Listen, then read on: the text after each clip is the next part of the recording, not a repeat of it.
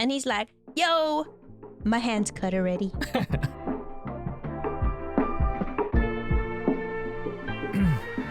What's up, guys? How are you all doing today?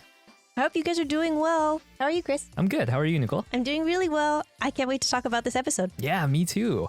So what are you guys' thoughts on spinal fluid? I heard it tastes pretty good. I don't know. I also heard that it pairs well with wine. Today we're going to be talking about Attack on Titan, the final season, episode 72. Children of the Forest. So the... Whoa, whoa, whoa, whoa, whoa. That was a doozy, boys and girls. This episode was kind of crazy. It really was. There's so much happening in this episode. Like, I can't wait to talk about it. There's so many different things. Yeah. So the first thing I want to talk about is we finally find out what is up with this wine. What's in the wine? Apparently it's Zeke's spinal fluid. Ew. Gross. So I had some thoughts about this in the past episodes, and I thought it was going to be straight up like this Titan serum, but it ends up being Zeke's spinal fluid. If it was a serum, it would be a bit too quick. This way, it's a little bit more subtle, and apparently he can activate it whenever he likes. Or so they say. I don't know. No one's ever actually seen this happen, so who knows? It could be Zeke's pee-pee. Uh-oh. Stinky. So this got me thinking about spinal fluid, or cerebrospinal fluid, or CSF. So typically a normal person has somewhere between 125 milliliters and 150 milliliters of this fluid in their body at any one time. Also, did you guys know that spinal fluid is not only located in your spine, but it's also located in your brain, or actually in your skull. It's what surrounds your brain actually and protects it. So just to give you guys a little bit of a reference of how much this amount is, a normal soda can has about 355 milliliters of liquid. So a normal person usually has less than half of what a soda can liquid content is. Wow, that's not really a lot. Yeah, and it's like, how many bottles did they make? I don't know. He only has much? 150 milliliters in his entire body at any one time. Oh. I wonder if it's just like a few drops in like the bottle, or I don't know, have they been collecting Zeke's spinal fluid for like a long time? Maybe. Just saving it up like, okay, gotta save the next one. This man only has 150 milliliters. They're constantly taking his spinal fluid out. Isn't his brain gonna shrink up like a little raisin there? Maybe. Apparently not. He's still a pretty smart guy there. And then also, is this stuff just flavorless? Or apparently it may even enhance the wine. These people who are drinking it, they look like they're enjoying it quite a bit. Maybe it tastes pretty good. This is something wine connoisseurs maybe should look up. Can I get that Zeke spinal fluid cocktail on the rocks? I heard it was strong. Some might even say, beast. Wow.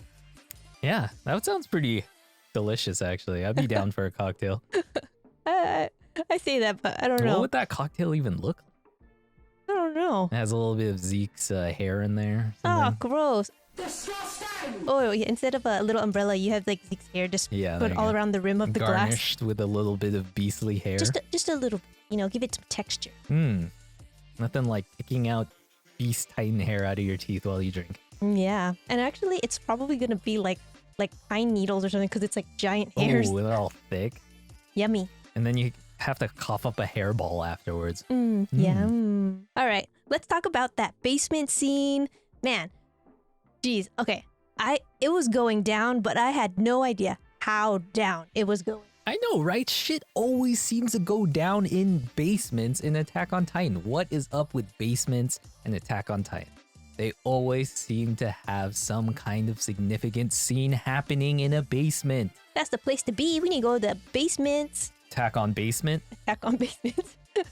Oh, but I don't know. Okay, just going back to it, like, man, Gabi, she did not get the hints or cues from Nicolo. Like, she just went on, like, bragging, like, straight bragging about killing people. And she didn't even see the horror in his eyes, and or even the cues when he started to Come go. on, girl. Yeah, especially when he started. Take some hints here. When he started to ask, like, "Did you kill someone? Did you kill a woman?" And Like, she was so damn proud. and then she's like all excited, She's all like excited. this. I know. How dare this really got me for some reason. I'm like, oh my god, she's so proud that she killed Sasha. I know, and she has no idea who she's talking to. And even the worst part is that Falco was even trying to stop her. I know. Like he's like, Gabi, just don't talk about that. Oh, but nope, she Nope. kept blabbing her mouth. Of course. And then what happens? There, Falco goes again, sticking his neck out, or should I say head, to save Gabi. She's so lucky to have Falco, I to be know. honest. I feel so bad for him because honestly, if this continues, I think that Gabi's gonna be the death of him. Like he's gonna For try sure. to I keep can see that safe. happening. Like he's such a nice kid trying to save Gabi, and there's so many times he keeps getting hurt. So I agree. I I don't know. agree. I don't want him to die, but I don't Yeah, know. stop It's helping this girl. not. He's just a good kid. He's just a good kid. Too good, actually. Yeah, apparently. Oh, but man, I can imagine the feelings and thoughts going through Nicolo's head when he just grabbed that wine bottle and he wanted to smash Gabi's brains in, like for real. Oh, Man. they ended up smashing Falco's brains I in. know. Sorry, Falco. I hope he's gonna be okay. Who decides to show up next? Eren. Eren shows up and he's like, "Yo, my hand's cut already." Can you imagine if someone just kept showing up places with their hand cut already? I know. Like, what's up, guys? Hey, high five, everybody. My hand's cut already, by the I way. know. I don't know. He's kind of psycho. That's his thing like, now. you know, everyone goes, "Hey, how are you?" But Eren's just like, bloody. Yeah. Just in case, guys, my hand's already bloody, so just want to let you know I'm ready to go at any time. Just letting you guys know, it's probably gonna go down. Oh, by the way, also at this point, like, yo, Eren, do you like traumatizing kids Ugh. or making them super uncomfortable? Because this is the second time Eren makes a child sit through some heavy conversation. Right. He did this. He Yeah, did with this, Falco, right? He did this with Falco when And he was talking to Talking to Reiner. Reiner, yep, Yeah, yep. and it's like, dude, Eren, what are you doing? Do you like traumatizing them, He or loves traumatizing children. or maybe he's trying to open their eyes to the truths of war? Hmm. Yeah. I think yeah. And it looks like it's kind of working, right? I mean, Or it worked with Falco. It worked with Falco. Yeah, so yeah, no, that's true. hopefully. But also, I still think he opened Falco's eyes, but also it's still traumatizing. Oh, but yeah, when this scene all comes up and Eren shows up, even Flock shows up, Flock made this super duper creepy face. Like, He did. it was so creepy. Like, he just turned and he's like, "Ah." Yeah, he's like, ooh, he's like all creepy, Yeah, smiling, like creepy "Don't tell smile." my secret. Oh man, that totally again gives me like some Phoenix Wright vibes when like the murderer like Yes. shows their true colors and they're like, ah. What a creep Block is now. How did this man turn into one of the main characters when he was just like some nobody jobber side character? I don't know. Honestly, Good on him. is it? I don't know. I don't know. Honestly, He got an upgrade. He got gets- a promotion. yeah, upgrade to being like devout He has, follower he has a star role now in the show. as a crazy person. Yeah, he's basically Yeah. Yelena, but But for Eren. for Eren. Yeah, right? totally. I could see it. Like they're just so focused on their one I know, person he just that they follow. loves Eren now. Yeah. So the next thing I want to talk about is Nicolo's restaurant. Damn, this place seems dope. It has it appears to be some kind of mansion or like an estate with dining and lodgings. Like I want to stay at this place. It looks pretty cool. But don't drink the wine. Yeah, don't drink the wine. And then yeah, Mrs. Browse and Mr. Browse just come over here trying to have some free food. And guess what? The dinner is ruined. I know. I'm so sad for them. This was gonna be the family's first time eating seafood. So like this would have been a great experience, but now it's just all Yeah. All went to shit. Uh-oh. Oh, what would you give him as a Yelp rating there? oh man. Ooh, that Trying to might- kill some children? I don't know. The chef just came out and then he had 2 children bleeding. He knocked one out because one is unconscious and the other one has like a bloody nose because it looks like you beat her up. And he's like threatening to kill them. And then he says, I want to kill one of them. If you don't kill one, I'm gonna kill one. Do you think this is a Michelin level cuisine here? I don't know. Is it more of like a dinner and a show? You know. So next I want to talk about Nico's cooking scene. I thought it was really weird that Nico's in the kitchen all by himself actually. He has no like sous chefs or any kind of like cooks. It's just him cooking all the entire meal by himself. And then as he's cooking it, he does a technique called flambeing, which is where you just add alcohol to a dish and then it essentially just flames up. And then it's a way to just quickly burn off the alcohol that you've added to the to the dish. And because like when you flambe something, you want the flavor of that alcohol, but you don't necessarily want the taste of the alcohol. Yeah, and this always looks really cool in the kitchen too. Yeah, it looks pretty badass. But I have to say, the way he does it is actually pretty dangerous. That's because he just uses the bottle and he just straight up pours it straight into the pan. This is actually really dangerous because the flame could travel back up the spout and then explode the bottle. Ooh. So a better way of doing this is to measure out just the amount you need into a small container and then add it to the pan. No risk of exploding bottles. Yeah, that sounds a bit better. Yeah, you don't want to get glass in your food either. That's not great. Yeah, not my favorite. No, people don't really like glass in their food. But they like spinal fluid in their wine. Oh! Apparently, like this spinal fluid must taste good, right? Oh, maybe. Or maybe they're so drunk they can't tell. I don't know. Oof, I don't know. All the higher ups seem to love it. And now, we're at a standoff. This standoff was so crazy. Like, man, Nicolo holding unconscious Falco and beat up Gabi was like so crazy. But I mean, above all, like, I think the speeches in this scene were like really, really intense. Nicolo's speech specifically was so heartbreaking. Like, honestly, yeah, I had no idea that he felt so deeply for Sasha. Like, yeah. I thought they were just like friends, but like the way he speaks about it is like she was able to bring him happiness and, you know, this time of like war and, you know, all of this sadness that he was feeling, and to have her taken away, just you could feel it. Like you could hear it in his voice. Or great job for the voice actor, and man, it's very well written. Yes, really good job. It was for really, the, really the well VAs written as well. in this episode. Yeah, like I could feel it. Oh, so good. Yeah, and then I mean, I had no idea either. I didn't even know they had like a romantic relationship. I don't know if it was necessarily romantic, but I mean, it could have been. You never know. And I felt for Nico or Nicolo. And then yeah, I saw it a little bit when he was at the grave, but that's true. This is definitely the first time we're seeing his feelings, I guess. Or something. Yeah, no, yeah, totally. And then, you know, the second speech that happens here is by Arthur, which is Sasha's dad. And I just thought this speech was so powerful and like really somber because, you know, he's talking about like these children and you're trying to keep them out of the forest, essentially saying, you know, children need this assistance, they need guidance, and without adults to kind of help guide them, left to their own vices, they would just continue this killing, like over and over, just to kill, to survive, and they would have no repercussions to their killing. And, you know, I feel like this speech really sunk in for Gabi, and I'm glad that she's hearing this because I feel like the way that they animated this is they're showing you that Gabi's realizing what she did and how it's affecting people. Yeah, finally, right? So my main takeaway from Arthur's speech was that children are innocent and it's the jobs of adults to kind of protect that innocence. Because Gabi honestly is still a child and she should have never been trained as a child soldier to begin with. It's really the fault of the Marleyan government to have trained her in such a way and not allow her to be a tool of war and honestly just be a kid.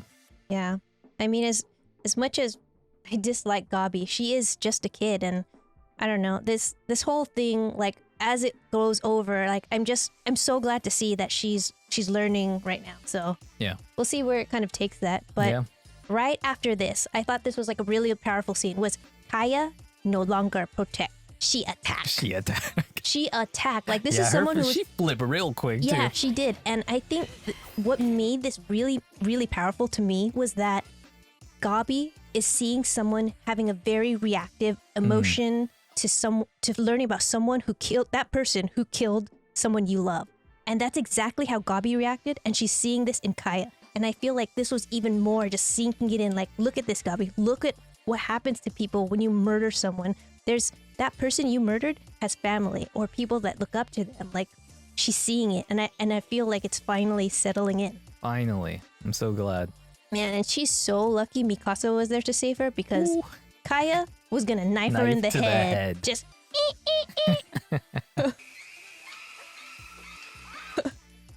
ooh, knife to the head. And then at the end of this, Nicolo's like, oh, my food's getting cold. There's nothing worse than having food that you work so hard on just go cold. So sad. Aw. Sorry, Nicolo. A chef's true sad moment. Yeah, for sure. Definitely. And next, I want to quickly mention Zeke's and Levi's little scene in the beginning of this episode. I really like the part where Zeke is basically saying, or he says to Levi, you probably weren't popular. And then Levi's hurt a little bit by this statement. But it's so hilarious that Zeke is saying this to basically the most popular character in the entire series. I know, right? Shut up, Zeke. Yeah, shut your ass up. And the next thing I want to talk about is why is Pieck looking so cute in this scene? I know, like she was looking really pretty for some reason. I know, Cartine sitting there looking all cute. Yeah, like I don't think ever have I thought that the Cartine when she's transformed look pretty, but for some reason she looked real pretty right there. She had those pretty eyes going on. Like blinking her eyelashes and everything. And then we learn the details of what happened to Rakago Village. And then there's a part where they just show those Titans, right? And it's like a still image, and they kind of scroll up, but. Why do these Titans look like they're about to drop some like rap album? Like they straight, do. Yeah, like straight up. Been spending most my life living in a gangster's paradise. That's it. All right, and overall, I really enjoyed this episode. Yeah. I'm really interested in what Eren has to say next. Totally. What is he gonna say to Mikasa and Armin? What is he gonna say? And in front of course, Gabi, because Gabi has to sit there and listen. Of course. But yeah, I love this episode a lot. Like truly, like glued to the screen as soon as it started and all the way till it ended. I know. It feels like these episodes are so short. Yeah, so short. And the best part, like to me, like everything that just came around is finally, Gabi is like learning and like realizing everything that's happening and not just being reactive all the time. Yeah. And I just think that's really great for her character development because, man, I really, really, really dislike Gabi, but I am down to see her grow as a character and learn from this. And who knows, maybe she'll become a bigger, better character, better person. I think we're gonna see a lot more Gabi in the future. Yeah, so maybe she'll be a better person, and I'm okay with that. If she came from like a really dark place and grows from it, I feel like that's a great life lesson. I don't know. They're setting Gabi up for something. I wonder what. Inheriting something, possibly? Maybe. I don't know. She kind of seems like Eren right now, so... I know. Maybe. Yeah, so I don't know. What was your guys' favorite scene? Let us know what your favorite part, or do you like Gabi's development? What did you think of the standoff? Let us know. Yeah, let us know in the comment section down below. Yeah. And on that bombshell, boys and girls, it's going to end our episode. If you guys like this episode, please drop a like. Maybe consider subscribing. Yeah, we would appreciate it. Yeah, we really would. And thank you guys so much for checking this video out and making it this far. Yeah, thank you. Yeah, I guess we'll see you on the next one, guys. Yep. Bye. Later.